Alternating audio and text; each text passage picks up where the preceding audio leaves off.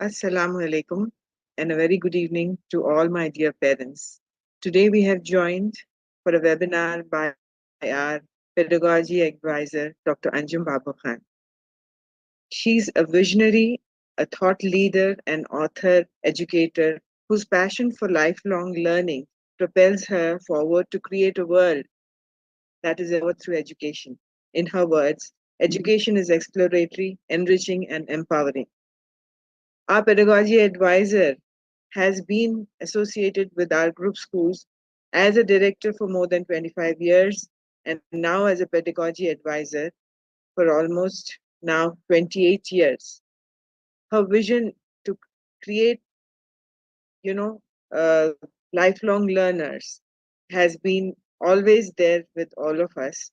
And she is an educator, she is a teacher trainer, and she is also a trained counselor for parents. So, without taking much of the time, I would like to welcome our pedagogy advisor, Dr. Anjum Babukhan, to enlighten us with her session. Welcome, Anjum Babukhan, ma'am. Thank you so much. Good evening. Assalamu alaikum. Hello, everyone. Thank you all parents and teachers for joining. Just give me a moment to share my screen to get started. Okay. Just start this. There you go. Let me just minimize this. Okay. So today we're going to be talking about 7 habits of highly effective people, and it's basically a whole person approach. And I'm just going to be taking you through how it's very important. By God's grace, we just opened up 2 new branches. So Springfields is expanding, one preschool, and I had a session with the preschool parents yesterday.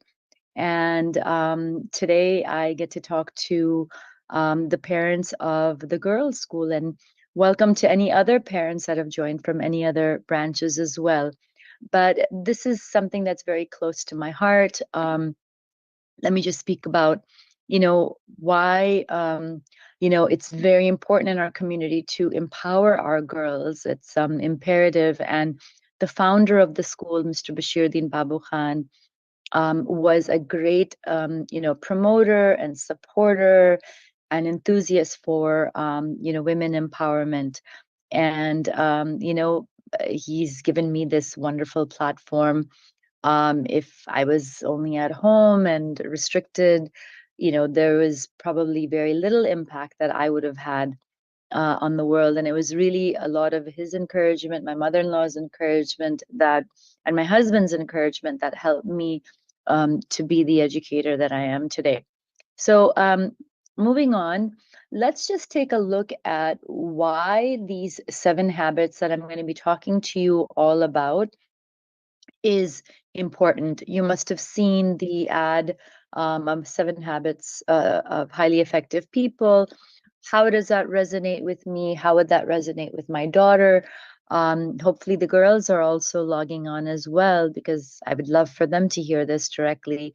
And if they're not, just call them over and you could both maybe view the webinar together. So there is about 2,000 employers across 24 countries, and they were asked what they wanted from, the employees, and what type of human resources are we looking for? What is the global demand?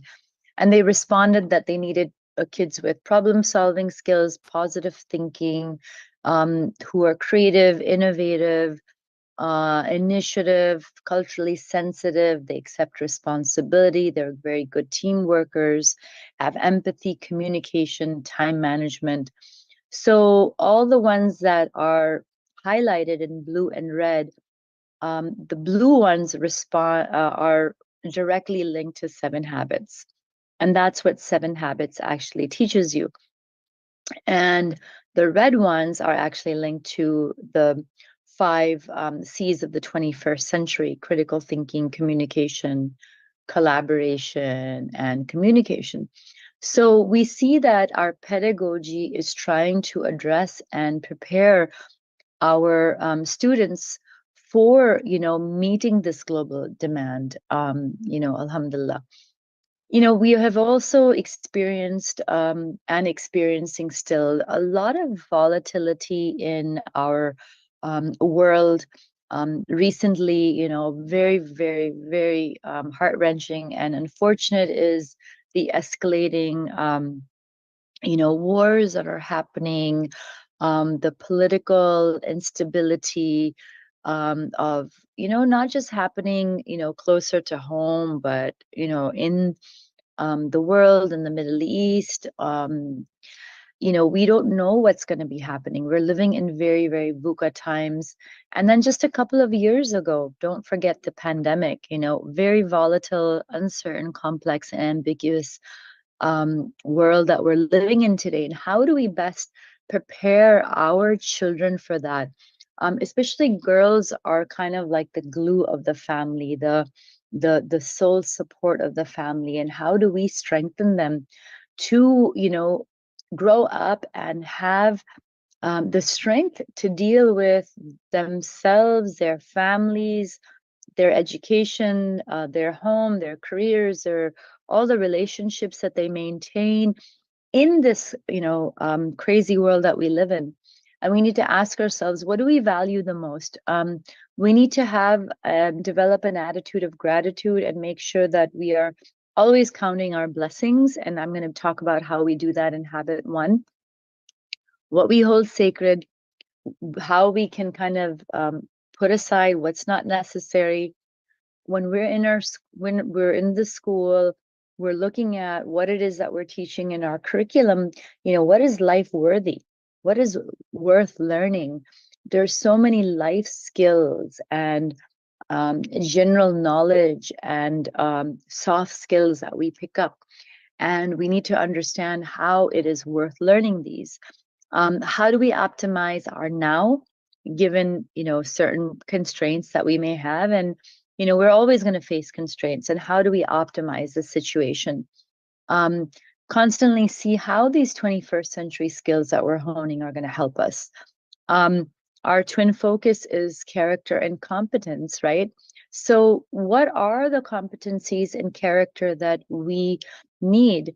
Right now, I'm in the US, and there is a school that is being bought over by a bunch of Muslims who want to have a private school for Muslims, and they've asked for help. And I asked them, like, what does your graduate um, what do you envision for your graduate? What type of skills and competencies do you want them to have? What do they sound like? What do they look like? How are they behaving? How are they thinking? How are they interacting with other people? So that's kind of what I'm asking about, you know, for our students today, for our girls today. What is it that you envision that is important for them? And then how do we keep that holisticness? Because anything one-sided is not good, right?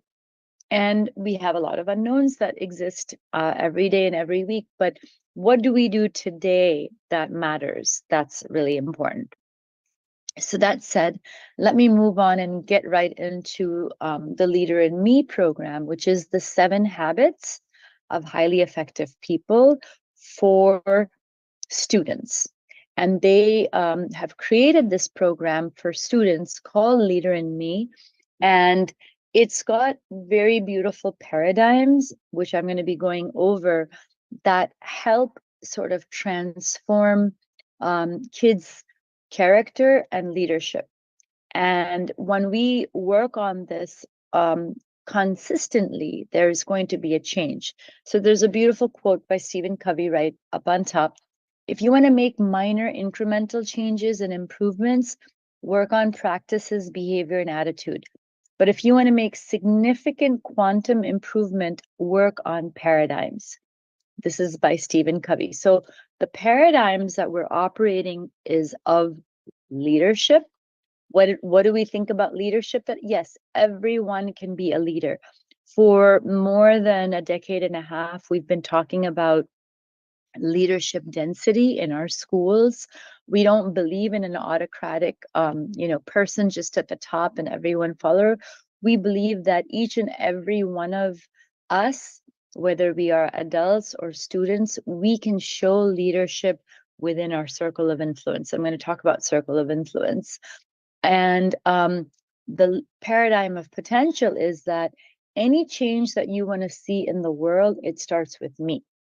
When we point a finger out and said, this is wrong, this is wrong, this is wrong, remember, these three fingers are pointing back at us, right? So change starts with me. I can't be critical of the world out there without doing something about it within my circle of influence. And that's habit one. We focus on not just our circle of concern, oh my, what is happening with the world? We focus on our circle of influence. What is within that world that I have influence over? So change starts with me. And for girls, especially because they're so special, this is very, very important that they understand this and they, God forbid, don't become a victim of circumstance. And that's completely the opposite. To be reactive rather than proactive, which is habit number one, is to become that victim of circumstance. And unfortunately, it's a very sad reality that in our community, we have a lot of victims of circumstances, the women who have not been empowered enough, encouraged enough, or supported enough that get, into unfortunate circumstances in their life, and they're not able to, um, be strong in that. So we need to have that, given them that strength from childhood. So anyway, next is the paradigm of change. And this is the belief that everyone has genius. And we, being pioneers of multiple intelligence methodology, we have believed this from the start. We believe that everybody has a whole rainbow of potential, right? We have a whole spectrum of potential, and it is just how we can draw that out. God has given us this potential, and it is through our environment and through facilitation, of resources, opportunities, experiences, that we bring that out. We bring that genius out. So everyone has God-given potential. Everyone has genius. We just need to bring it out. So that's the paradigm of change. Now, the paradigm of education is about developing the whole person. And we believe in holistic education. We believe in not only developing the mind, but also the body, the heart, and the spirit. And we communicate this in our language. And the paradigm of motivation is that we want to give kids the skills to lead their own learning and to, create and calibrate their own trajectories of where they want to go in life. So let me move on to the next. Just briefly, I'm just trying to show you where the leader in me, the 7 habits, fall into our pedagogy. So twin focus, character, competence, right? Competence is through our brain compatible learning, our 5 C's, our multiple intelligence. Now, character, how are we developing that? We're developing that by introducing the kids to the habits, the 7 habits. Our campus culture is of RRC, and we have integrated the United Nations Sustainable Development Goals. And this is also our duty of our faith, is our duty to our immediate environment. How do we not only, we're not only learning about the world, but we're also learning on how to make it a more sustainable and a humane place. So this is our pedagogy model, and I am today talking about the 7 habits and how that fits in with character development. So, like I said, the paradigm is of a whole person approach, using the mind to think critically and creatively, developing, love and kindness and gratitude, the body to live, fully alive and well, and a spirit that wants to create a legacy. Like, we know that this life is transient, and what we do and the impact that we leave becomes our, kind of our sawabijariya, and it impacts so many people, especially women. Women, can make or break our home. Women, have influence over multiple people, in their family, the generation above them, in their generation, the generation that they are elders to, the tremendous impact. So when we empower our girls through, all these beautiful ideas, we are actually transforming the world around us as well, because that is the impact that women can have. This is just the 7 habits at a glance. I'll just go over them one by one, so I'm not going to read them now.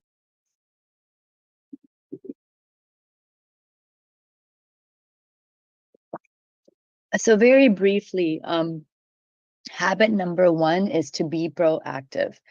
To be proactive is to basically be in charge, be the change. In fact, this quote by the father of our nation, Mahatma Gandhi, be the change that you wish to see in this world. This is something that I read and I adopted very early on as a young bride when I moved from the US to Chicago. Obviously, it would have been challenging, as you could have imagined, having been born and raised in the US, but then coming and settling in India. And this was my motto. I read the 7 habits 6 months after I got married, and it was a game changer for me. It changed my entire trajectory. It empowered me so much. And that's why I'm so enthusiastic to share it with our girls today and the parents of girls. And if I had just become like reactive, I'm like, oh, this is not how it was in America. This is not whatever. And I would have just been reacting to everything rather than being the change that I wanted to see in this world. The outcome would have been very different. So, right from habit 1, this empowered me to no end. Like I just was mentioning before, it helped me to focus on my circle of influence rather than my circle of concern. And it helped me to be that change. I mean, it didn't happen overnight, but with consistent, effort and work and good intention and, baraka, like, it happened. And it was beautiful to see that change and transformation. So please remember this. This is it starts here. It just starts with the right mindset as well. Um, this is just for remote learning. I'm just gonna ignore that. But except this is really important, and your attitude will determine your altitude. And how can we help our children be proactive within their circle of influence? So that's something that we can help empower. So first of all, what's in our control, what's not in our control? That's what we need to kind of understand. And when we can understand that, then focus on that. When we have people that are talking about, oh, this has happened and that has happened and whatever. And I'm like, well, can you actually influence that?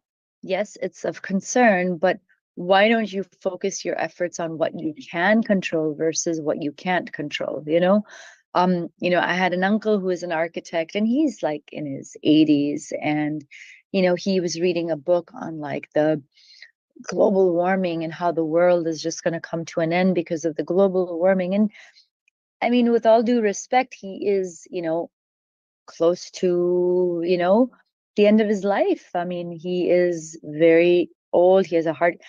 And now him having been an architect, I personally felt, why don't you focus on working with architects for sustainable architecture and infrastructure that prevents global warming rather than getting all riled up and reading these books and kind of impacting your own mental health because you're so upset about what's happening.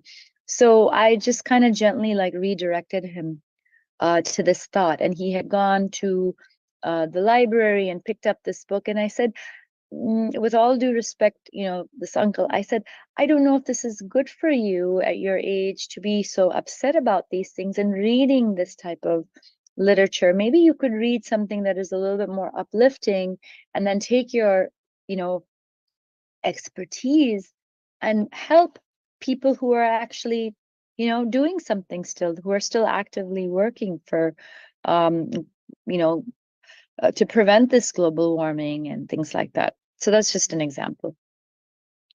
Habit 2, begin with the end in mind, right? That means having a plan. Stephen Covey says that all things are created twice. Once, first there's a mental creation, and then there's a physical manifestation. So, right? So, mental creation, physical manifestation. So, all things. So, unless you have a vision, or you have an idea, or you have an excitement about what you want to do, it won't happen. If you kind of just leave it to chance, most probably it's not going to happen. So dream big, dream vividly, fill it up with all the colors and the details as you can. I was a huge daydreamer. That's what I wanted to share with the girls today, and the parents of the girls, is that you know, I had a very modest upbringing. I probably had a very average childhood. I don't think that, as other than the fact that I grew up in the US, that there's nothing outstanding about the way that I was raised. But I was such a big dreamer. I just daydreamed and imagined and envisioned. And I think that eventually, all that daydreaming actually eventually kind of um, basically, you know, manifested in my life. So dream big. When girls have these visions of, you know, I want to do this, and don't shut down their thing and say, no, you can't do it, and stuff like that. There's so much potential, and you know, the sky's the limit, and why not? And I see, as a daughter of US immigrants, what has happened with my parents' generation, them settling, coming to the US, and their kids, and now there's kids. It's amazing how our community is doing so amazingly well in the US, both, you know, career-wise, financially, what the kids are doing.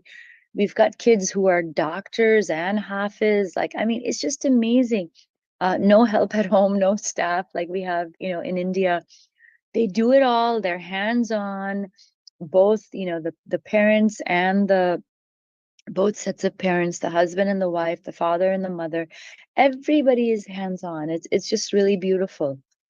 So anyway, as Tagore said, reach high, for the stars lie hidden in you. Dream deep, for every dream precedes the goal.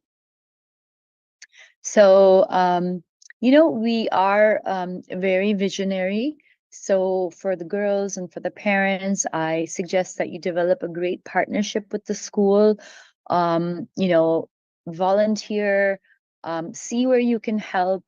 You know, there is a lot of wonderful things that I see here in the US, where there's a lot of parent volunteers, you know, mothers and fathers, they volunteer, they get really actively involved in the school because they know that ultimately it's going to benefit their children, right? So I would, you know, suggest that, and understand that, you know, together we can and we will ensure, you know, great learning and enrichment for our children and their well-being. So, you know, keep talking, communicating with, you know, the teacher, the head, and what is your vision and how can we do it? And if there's something going on, how can I help?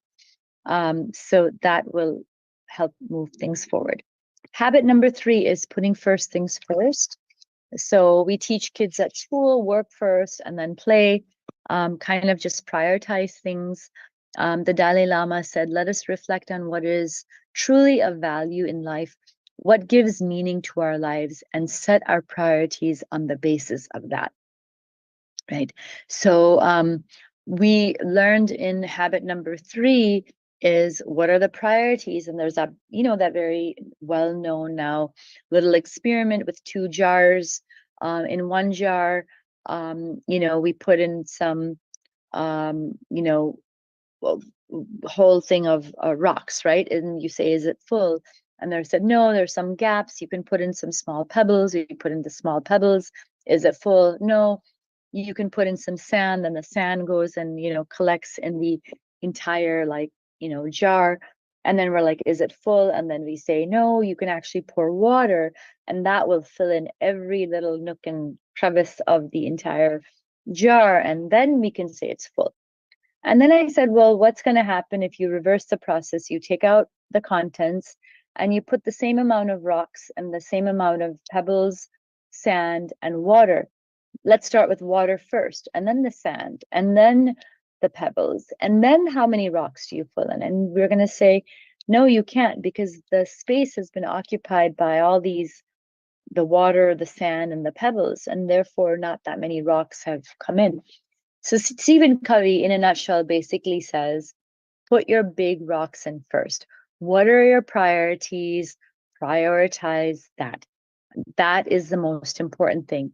He also says the main thing is to keep the main thing the main thing. And when we can make sure that our priorities are there and we get them in first, that means that we are that much more effective in our life. We've addressed our priorities, and then there's a lot of time for all the other things. But most people are just kind of firefighting.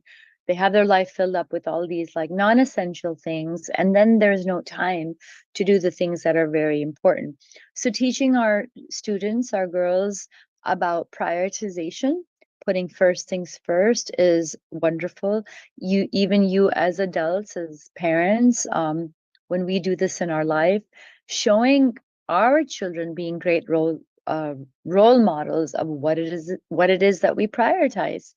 If you want them to give importance to family, do your children see you giving importance to the family? How are you behaving with your elders? If you want them to be respectful, are you demonstrating that you are respectful and that you prioritize adab and a certain tahzeeb in your home? So you have to kind of see what role models you are being for what you are prioritizing, if you want your children to prioritize the same things. Okay. This is just something that I've thrown in there about what are the human needs that precede intellectual needs. That yes, we're a school. I'm talking as a person representing the school, but this is something I share with my teachers, that we need to understand human needs, and the uh, essential needs are, your roti kapra makan, right? Your physiological needs, everything that you need to survive. And parents are very, very, very diligently working hard to provide that. And then it's safety, right? Safety in our home, personal security, socioeconomic security, health, safety against any harmful impacts. And girls, I want to just mention that it's very important. Like, we have to be aware of emotional safety. We have to be aware of cyber safety. There's so many different aspects of safety that we have to be aware of, and each and every one of them are actually topics in and of themselves. But safety is not just physical safety when we're looking at human needs. So I'm talking about human needs um, in the same breath as priorities. What we putting first things first, right? So good nutrition, clean water, modest clothing, a healthy home environment, reduce any type of harmful kind of things that there may be, like I said, like too much electromagnetic radiation, is there. I always at night put my phone on airplane mode, because you don't want it to be like radiating, electromagnetic radiation. Try to keep technology out of the bedroom, things like that. But anyway, we talked about safety. Then going up to 3, love and belonging. So the importance of relationships. So how, in our putting first things first, how are we nurturing our relationships? Are we spending quality time? Are we listening to each other? Are we caring for each other? Are we showing affection to one another? Are we building those bonds within the family? So that's really important. And of course, self-esteem. And then come your intellectual needs. So also self-esteem is just having the belief that, yes, I believe in you and you can do it.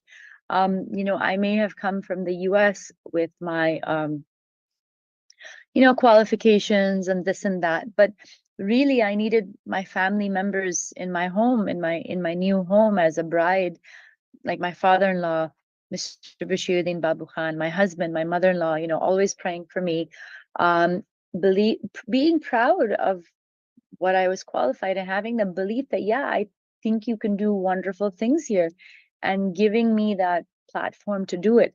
So we need to kind of instill that self-esteem, that belief that I believe in you and I know you can do this. So every stage of her life, I think, empower her, have belief in her, give her encouragement. Let me know if you need any help. I will help you. I will support you, but allow her to just be that wind beneath her wings. I think that's what I would like to suggest. Okay, this we talked about already, so I'm going to skip this. Now, first three habits constitute your private victory, that is empowering an individual with herself, right? Or himself. Now, habits 4, 5, and 6 that I'm going to be talking about now have to do with other people. It is how you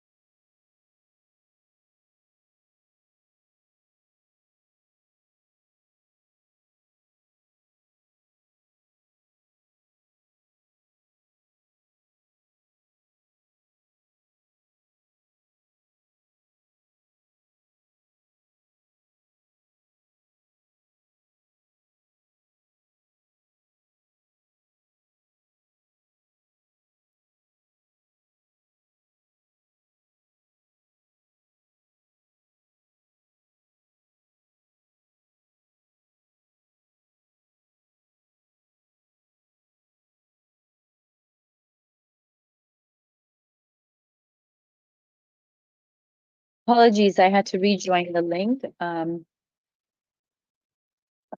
So as I was saying, the first three habits are for yourself, 4, 5, and 6 are how you are with other people.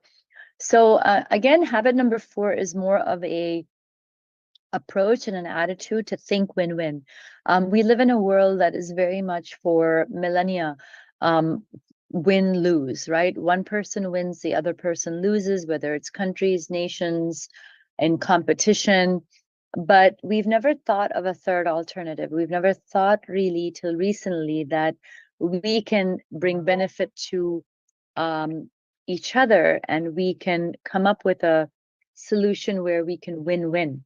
Um, and not everybody is going to do everything, and that's the important thing. I think in our world, most every problem in the world stems from ego. It's about thinking that we are better than somebody else, or I am right and they're wrong.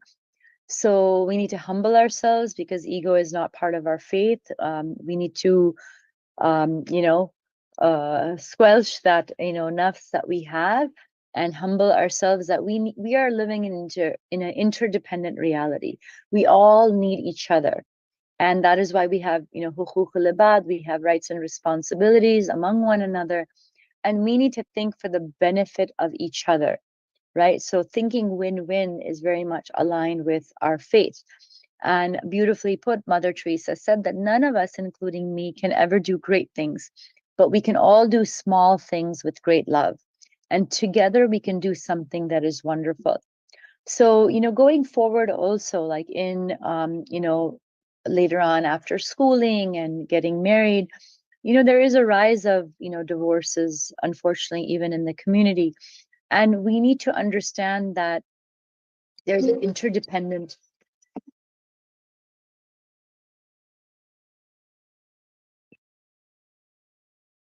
Sorry, I just got a phone call. there's an interdependent reality, and we all need to be contributors to that whole, and that we're all parts of that whole, and work on that. Let me just go to the next screen now. Okay. In thinking win-win with the school, we need to create a positive school and family partnership. As I mentioned before, we need to continue that holistic development aligned with kind of the philosophy of the school, of this whole person approach. And, don't come to us and say that, oh no, I want my kid to only focus on only this and not this. It's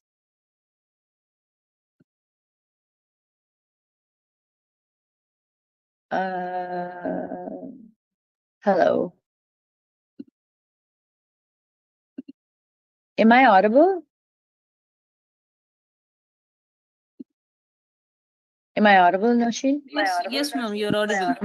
Yes, Okay. ma'am, you're audible. Okay, I'll continue. Okay, let's move to the next one. Okay, habit number 5 is very, very beautiful. Oh my God, this is the stem of probably if everyone can understand this, all the problems in the world will end. When we first seek to understand and then be understood. So listen before you talk, because everybody has their own agenda. Everybody wants to have their own thing put forth, but we don't take enough time to listen. And we need to listen because, as Oprah said, one of the greatest human needs is to feel seen and understood. And when we listen, people will then in turn listen to us as well, and then we will be understood. So first seek to understand, then be understood. Mark Twain said, wisdom is the reward you get for a lifetime of listening when you would have rather talked. And it's hard. It's not easy to be a good listener. It takes a lot of skill and practice to be a good listener. Habit number 6 is synergize. I love that word synergy, because alone we can do so little, but together we can do so much. So when we, join forces, we are stronger, right? And we pull each other's strengths together. And that is kind of an attitude of how we approach working with other people. So, right, so we think win-win. We seek first to understand, then be understood. We synergize, and we believe that there is power in our numbers and in our strengths. And alone we are only this much, but together we are so much more. Okay, and the last is not just for yourself and not just for other people, but kind of pulling it all together.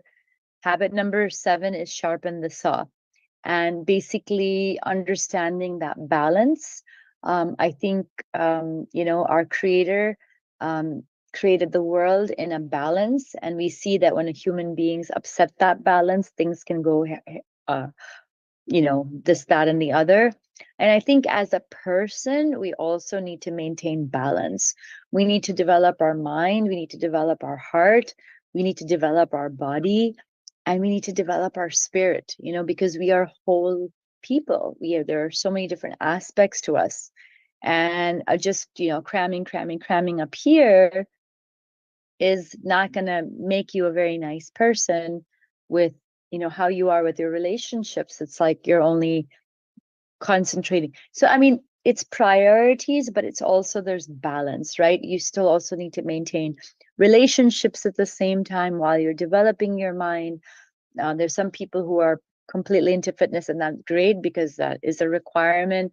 But again, you don't become self-obsessed with that. So anyway, overall, the body, mind, heart, and spirit, we need to maintain a balance. And this is a self-renewal for ourselves. When we renew ourselves, we are better family members, we are better students, we are better employees or bosses, like we are better neighbors, like we are better in everything when we have taken that time to renew ourselves and keep ourselves balanced. So Robin Sharma said, investing in yourself is the best investment you will ever make.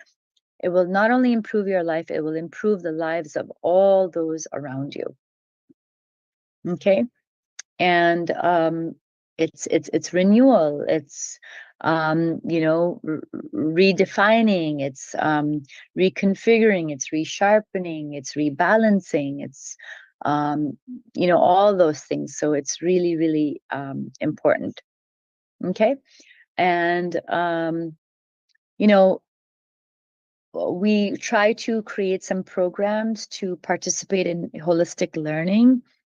Please do pay attention to these things, that they're not just frivolous exercises, but they are something that is trying to bring in that balance, give kids a little bit of a break of their mind and get their bodies out of their desks and chairs and, do things. So, support us in, this balance that we're trying to maintain.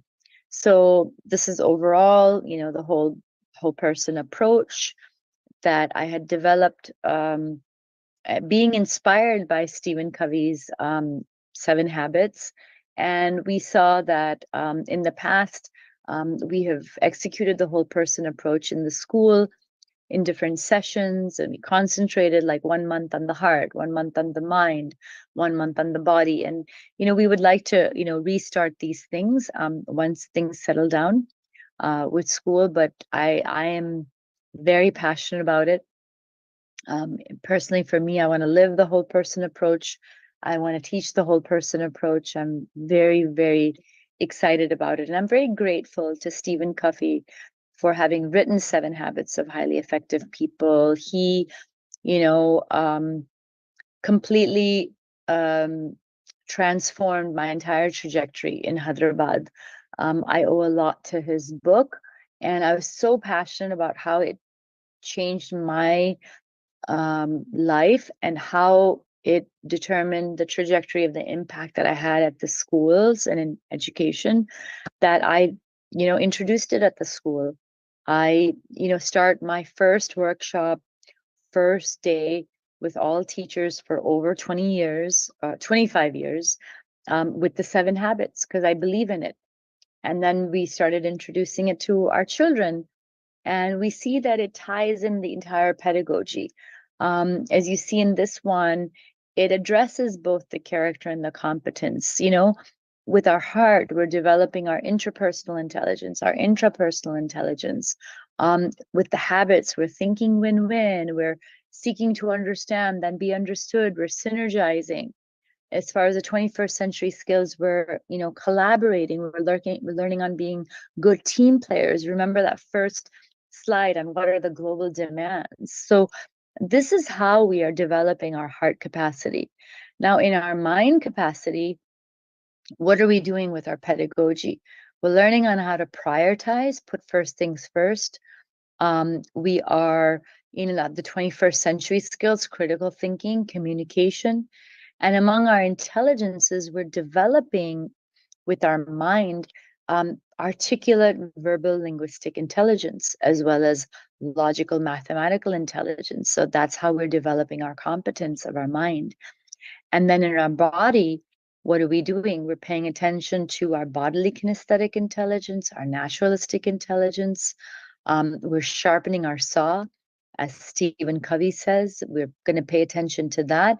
And we're also going to be, collaborating, because collaborating is also not just a heart thing, it's also a physical thing of how we kind of come together, join hands, and work together. And then as far as our spirit is concerned, right, we understand that we have this God-given potential. How are we going to be proactive at it? This is the cards that we're dealt with. This is our life circumstance. How are we going to optimize it? Right? It's an entire attitude about, optimizing your, what you have. This is okay, your khismat, and now what are you going to do? How are you going to optimize it? How are you going to excel in it? So everybody's born in a different circumstance, but it doesn't have to stay that way. Like we have been given the effort to, work on that and impact that and take that to a different level. So we begin with the end in mind. We're visionary. We're intentional about what we do.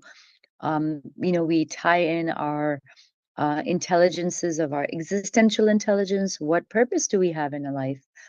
A lot of us know that this is not the only life. This is a transient life, and we're also working on our, akhirah, as well as we're working on both the dunya, as well as, we work on our deen, we work on our faith.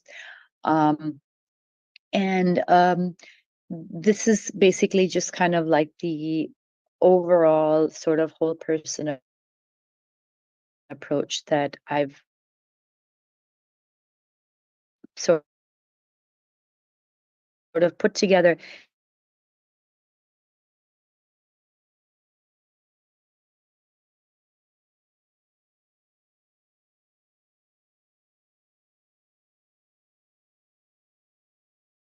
It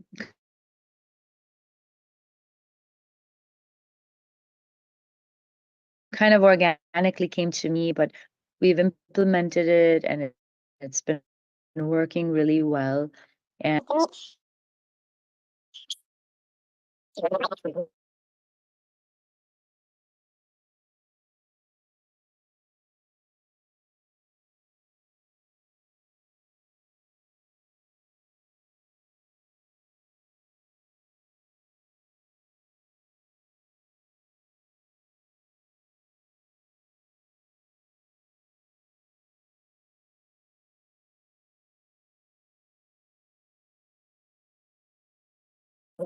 there's a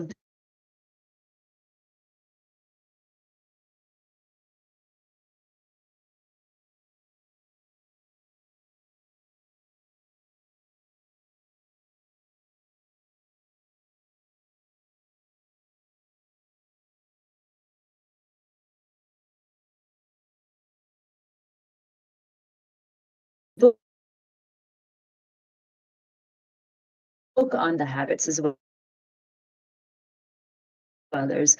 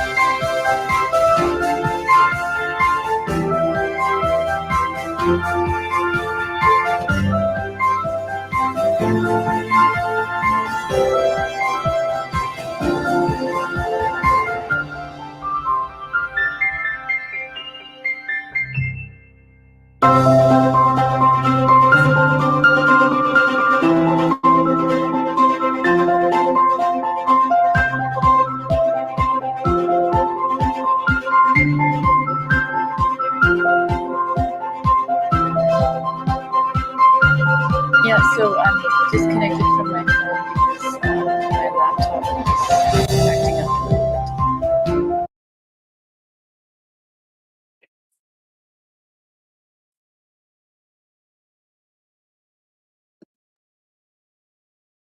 So I'm done, Humaira. So you can go ahead and take over.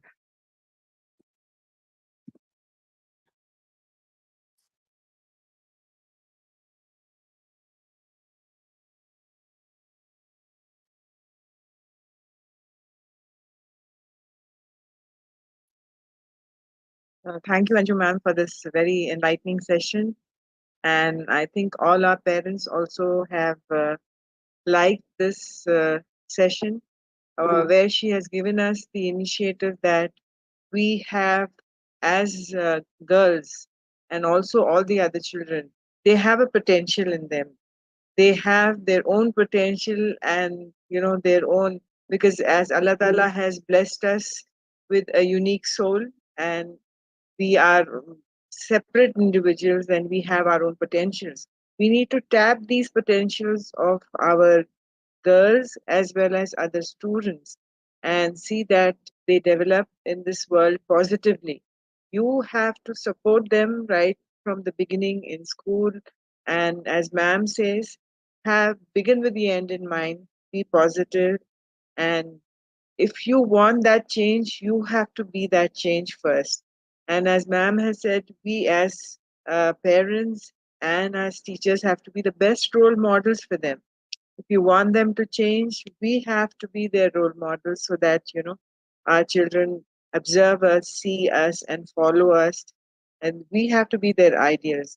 And there is so much happening is this in this world, as ma'am has just said, and there is so much of disturbance in the world. There are so many things happening together, and our children need to be guided at every step. And Alhamdulillah, this Seven Habits of Highly Effective People is a beautiful book. If and everybody goes through it and goes through the seven habits, even ma'am's sessions, which are already there on the YouTube, you can always go through them. And we keep stressing on these things even in school. So thank you, ma'am, for your very informative session. And if any parents or children have any questions, you can post it in the chat. We will share it with ma'am, uh, and she can answer.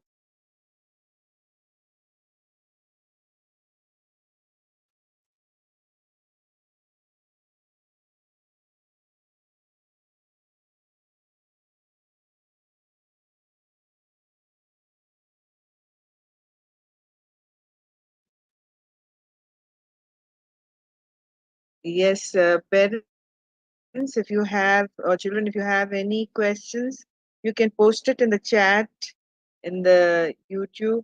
We can always share it with ma'am. Everybody says thank you, ma'am, for the very informative session, and they have really enjoyed the whole program. And Alhamdulillah, everybody was very prompt and they were watching your session very keenly. Thank you. Thank you. Jazakallah khair. Please pray for me, for my family, for our health. Thank you. Surely, ma'am. They have not posted any questions, but if they do, we will definitely share it with you and we will give their answers in our school groups and try to answer them, inshallah. So, thank you, ma'am, for taking out this time and in your busy schedule. And, you know, the time is, I don't know what the time is there. It's quite very late, I think, No, it's in the night, early. It's early morning morning. time. Yeah, early morning. So thank you for taking out time for us and our children. May Allah bless you, your family, your children, and our children, and give us success in whatever we are doing for the community. Inshallah. May Allah Inshallah. bless you all. And I'm really happy Parents, that my son Zayan is there. Alhamdulillah. He's joined Springfields. Right now, he is in London, upgrading his skills at the London School of Business for a week, and then he'll be back. But I'm very happy. We as parents are very happy. His grandmother is very happy that he's carrying on the legacy of Baba. His middle name is also Bashiruddin, and he is very much aligned. And we have not only a preschool, but we have a girls' school in addition to the rest of our Springfields family. So please pray for him as well. And thank you all Inshallah. for joining me this evening. Have a good dinner, have some nice conversations. share some hugs with our family members, show your daughter the love, give her the encouragement, give her some big hugs, and inshallah, parents' duas, they, you know, they are so precious. I think what we have as blessings are nothing but the blessings of our parents. The way that my parents pray for me, my mother-in-law prays for me, is just amazing. And I think this has a lot. So inshallah, all the best. I wish all your girls to be great leaders in the future. Inshallah. We need Thank you, them. ma'am. Thank you for we also are praying for the school as well as everyone, and especially for your family for giving us this beautiful garden called Springfields. Thank you so much. And keep praying for us. And please do join us for further sessions later during the year. Inshallah, we will plan. Thank you, ma'am. Okay. Thank you so much. Bye-bye. Thank you.